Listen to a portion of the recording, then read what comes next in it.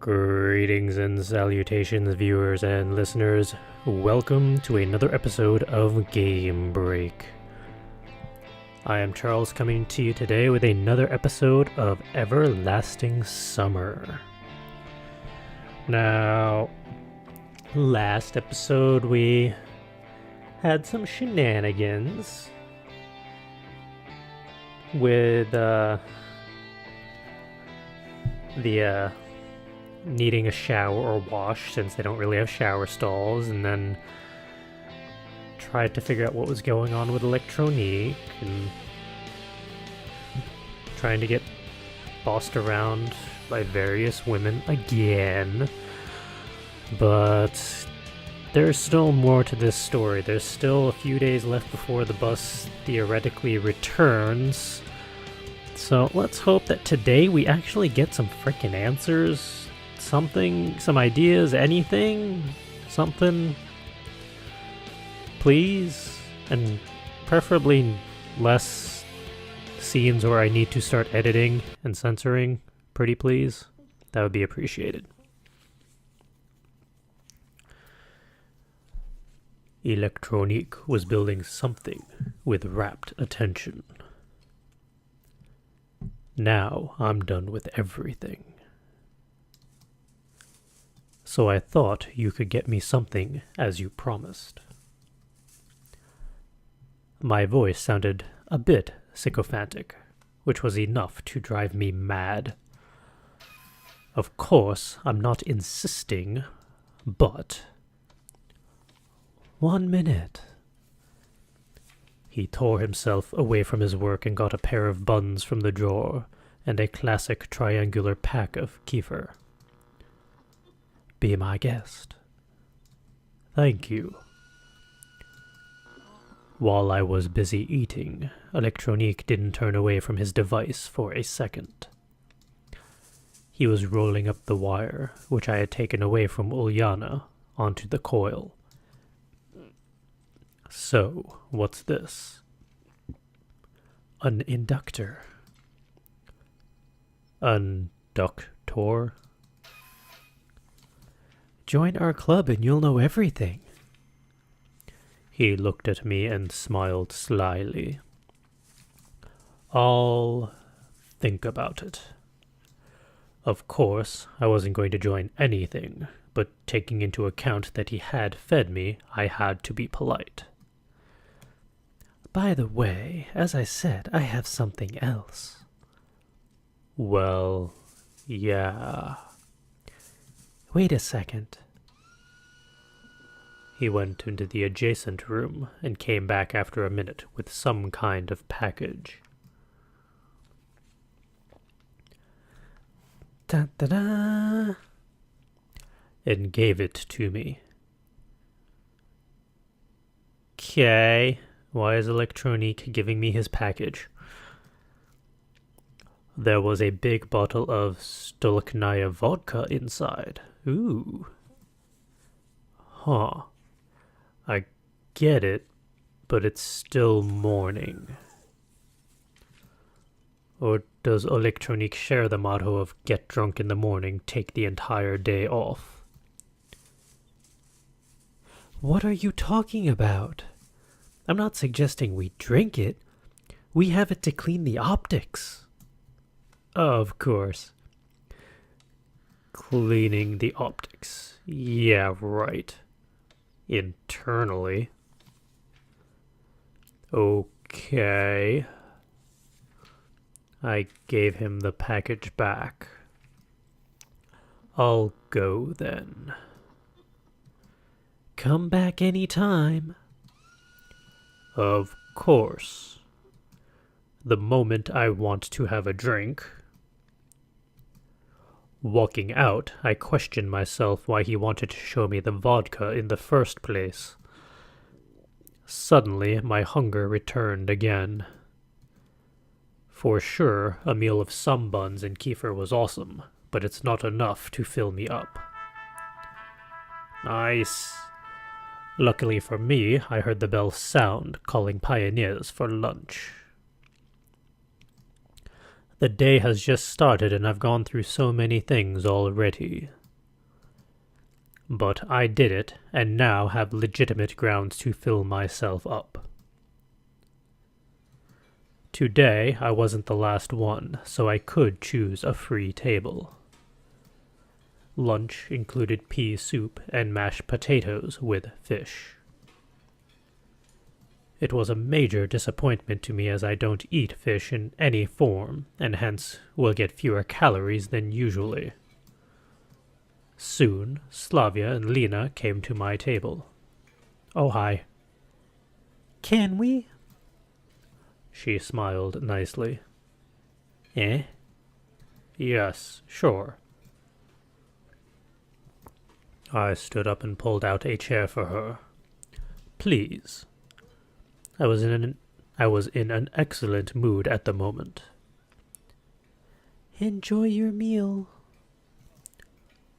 Saying that, Lena began staring at me and continued for some time, but then, after realizing how odd she looked, switched to her plate.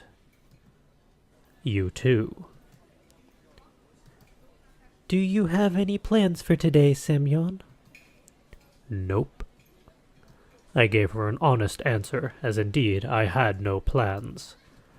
Except for searching for answers, but that was more like a global goal. Do you want to take a boat ride to the island with us? There's an island? The island? Well, I think I've seen it from the pier. For what? Olga Dmitrievna asked us to gather some strawberries. There are a lot of strawberries there, and they're so delicious. Right. I could imagine the taste without even eating it, just by looking at Slavia's face. Strawberries. And what are those for? For eating, silly. I don't know, but it's indeed a great idea. Well, indeed it is. Moreover, I haven't been to the island yet. Yeah, sure. And cutscene, I guess. Within minutes we were standing at the pier. Well, here is the boat. Hang on, I'll go and fetch the paddles now. I was left face to face with Lena. Do you like strawberries? Well, not really. But they are tasty. Lena smiled. I see. I didn't know what to say next, how to continue the conversation. If Slavia didn't come back, we could probably sit here till the evening without saying a word. Here you go. She handed me a pair of hefty paddles. Yeah, thanks. We got into the boat. I untied it, pushed off the shore, and tried to start paddling. And where exactly are we headed to? Right there. She pointed her finger at the island. That island is named the closest one. I presume that's a literal translation. I wonder what captain gave it such an original name. Well, the island is indeed close to the shore. Aye, aye, Captain.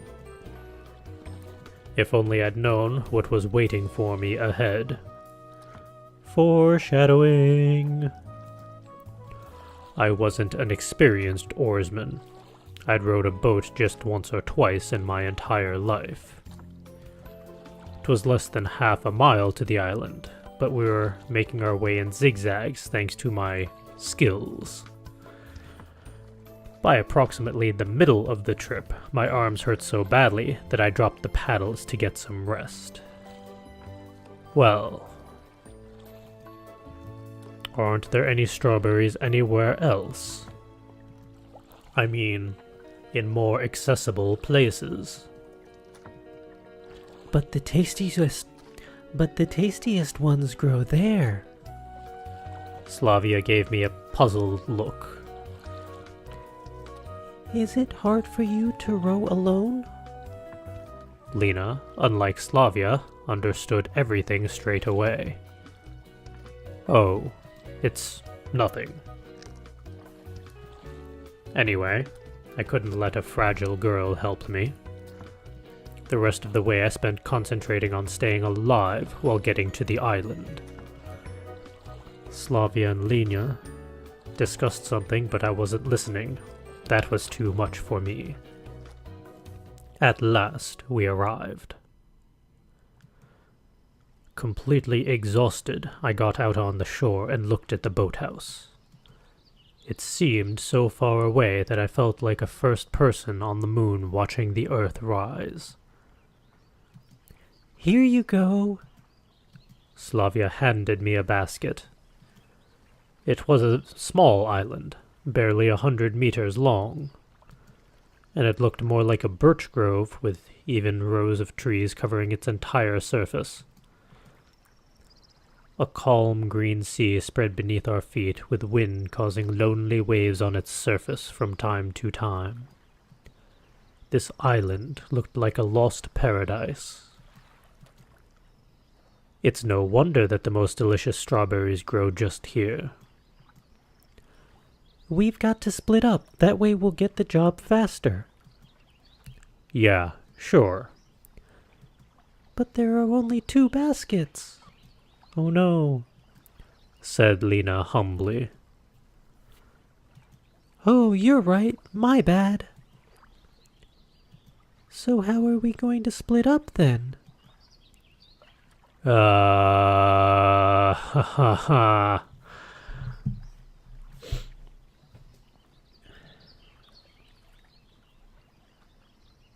Lena's really confusing me, and she knows things about this place, or she knows more than she lets on. But we have been ignoring a lot of the other characters.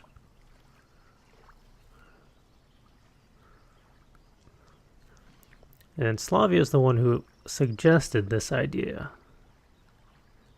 So she'd know where all the strawberries are. So she could get this over with quicker.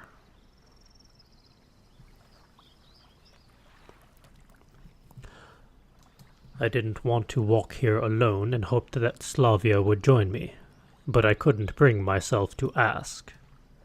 Well, it's obvious, 1 basket for me and 1 for you 2. No, let me go with you. Slavia smiled. Okay. I was a bit surprised, but I was also glad that it turned out like this. Lena seemed to take no offense at all.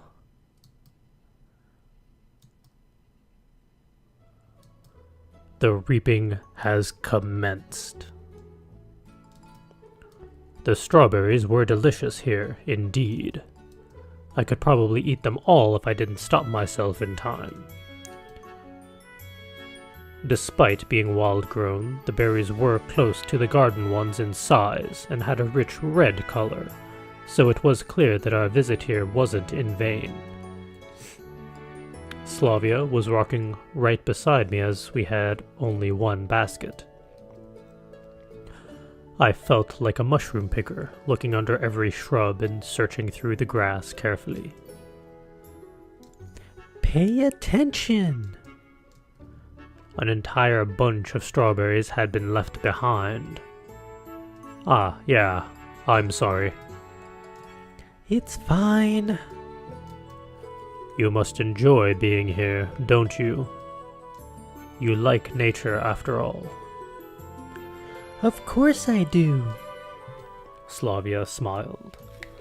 It reminds me of my home. We have similar beautiful birches there. She gazed grimly somewhere into the distance. Look, I've always wanted to ask, What do you like in general? You look busy 24/7, and it seems like you have no time to rest at all. She started to think. I don't know, really. Doing a variety of activities is enjoyable for me. Well, that's understandable, but still. I like knitting and sewing. Things like that. Slavia took a handkerchief out of her pocket. There were red, yellow, and green flowers embroidered on it. They were entangled with each other in a complicated way, creating sophisticated geometric forms. Such a typical Russian handmade handkerchief. Glimpsing it, I instantly imagined Slavia dressed in an ancient sarafan, sitting on a bench beside a ramshackle house with a crowd of playing children running around. It's quite cute. Thanks. Let me give it to you as a gift. Such a proposal embarrassed me. You shouldn't. No, take it. I looked at the handkerchief once again and put it into my pocket. Thank you. There were so many strawberries here that after a mere half an hour we had the basket filled up to the brim. Seems we're done. Yes. We've got a lot, so it should surely be enough. When we got back to the boat, Lena wasn't there yet. She'd need more time to fill the basket by herself. Yeah, I guess so. I looked at the river. Sun sparkles happily dancing across the water's surface were the only thing that distinguished it from a mirror. That's how calm the river seemed. What are you thinking about? Nothing, really. And you? Me? What will happen once vacation is over? We'll have to leave this camp and go back to our homes. Will I ever see anyone I met here again? Will I ever see you again? She looked at me with her eyes so full of sorrow that I couldn't think of what to say. There she is! Lena came out of nowhere, breaking the silence. Oh, you're done already? Here. She showed us a basket full of strawberries. Great. Now we can go back. And I still had Slavia's face and those words of hers on my mind. Sadness and sorrow weren't the kinds of emotions typical of her. Could she be hiding them all the time under a mask of cheerfulness? I had no answer to this question, but I knew I couldn't find one either way. I was really hoping to get answers from a different person, but no, they're just not going to give me anything. Maybe later. Yeah, that would be nice. The way back took less time as I tried to concentrate on rowing and ignoring everything else. My only wish was to get back alive, as the first trip hadn't gone without consequences, and now my hands started to hurt after only a few sweeps of the oars. Having tied up the boat, I fell to the ground with no energy left. Slavia and Lena leaned over me. You could have said something if it was so hard for you. Yes. Never mind. It's fine. I'll just lie here for a bit, and everything will be all right. Okay. Then get those baskets to Olga Dmitrievna, please. We have something else to do. Really? Yeah, sure. I was ready to agree with anything at that moment, just so I wouldn't have to get up. Slavia put the baskets full of strawberries next to me and headed to the square, happily chatting with Lena about something. The hardest part is done, anyway. That's what I thought before I got up and took the baskets. After the rowing, they felt like cement bags, even while weighing barely more than a few kilograms each. So the trip to the camp leader's cabin took much longer than usual. I had to stop every 50 meters to have a rest. Once I finally made it, I put the baskets on the ground and sat on the deck chair with difficulty. Olga, I've got presents for you. There was no answer. I barely managed to get up and enter the cabin. There was nobody there. If you don't need them, it's up to you. I lay down on the deck chair and fell asleep. I had a weird dream about a strawberry race. I have concerns about those strawberries. I was rowing a boat with my last ounces of strength, trying to escape huge berries that were chasing me. My hands were failing me, and I could barely see anything because of the sweat covering my face. Blood was hammering in my temples, but the strawberries were getting closer. They were baring their teeth at me. But wait. Strawberries with teeth? Semyon! Semyon! Wake the fuck up! I woke up. Olga was standing beside me, shaking my shoulder. I see you got a rich harvest, didn't you? I helped. But most of my work was just rowing the damn boat. Okay, but that's not all. It's not?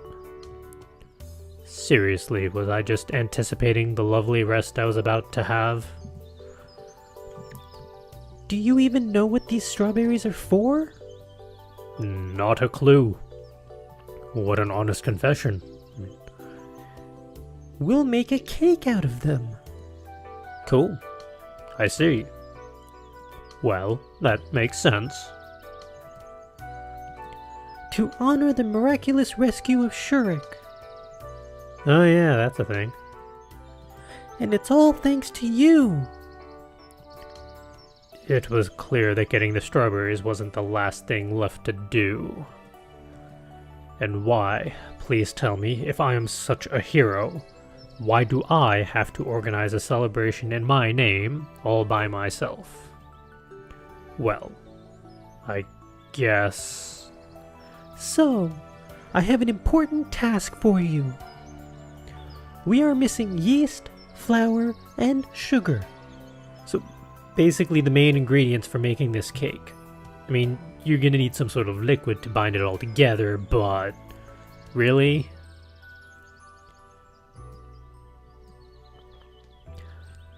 And need it all in the canteen before dinner. And those who will make the cake can't deal with it on their own somehow? I asked pitifully. Of course they can't. All of them are busy. And you're the only one in the whole camp who does nothing. While her words were partly true, that doesn't make it any easier for me now. Moreover, those words felt like a bullet to my head. So, write it down. You'll get yeast in the infirmary, flour in the library, and sugar in the clubhouse. Wait, why is flour in the library? Yeah, not to mention sugar in a clubhouse or yeast in an infirmary, but that raises questions. Wait it. I have no time, I'm in a hurry. Good luck. She smiled slyly and left. Of course, there are a lot of strange things in this camp, but yeast in the infirmary? Okay, I can deal with that, but flour in the library? And sugar? No, It's way beyond my comprehension. I spat on the floor. I don't want to, and I will not believe this. Tell me. Just tell me you're pulling my leg. I would not be surprised if a crowd of fat green trolls would appear right now beside me, with every one of them feeling obligated to laugh at me. So maybe to hell with this cake. I weighed my options for some time. No. If such a major plan of Olga's fell through, I'd be in for a world of hurt.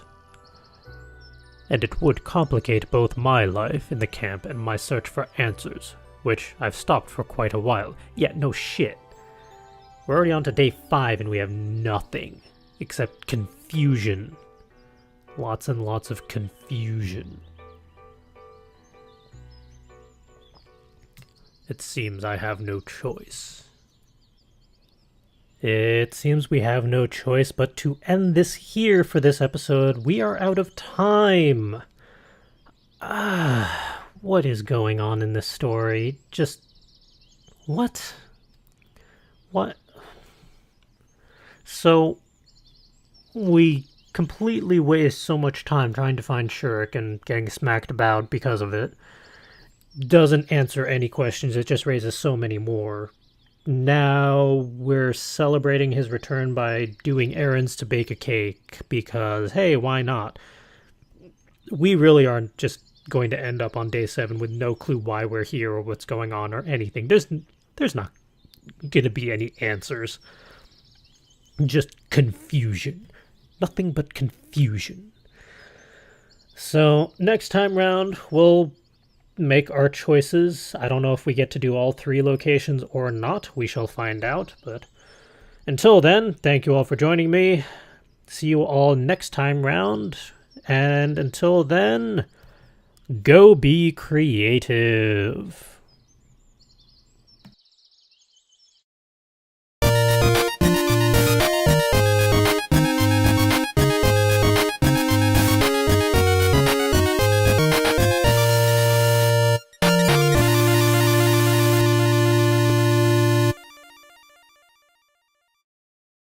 Today we actually get some frickin' answers. Something, some ideas, anything, something. Please, and preferably less scenes where I need to start editing and censoring. Pretty please. That would be appreciated. Electronique was building something with rapt attention. Now I'm done with everything. So I thought you could get me some shenanigans with the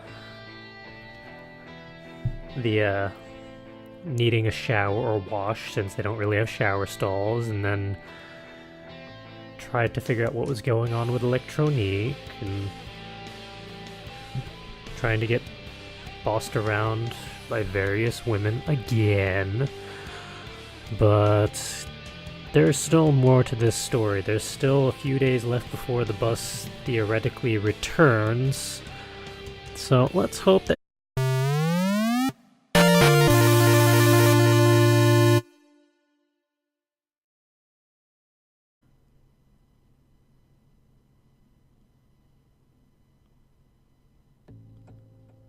Greetings and salutations, viewers and listeners.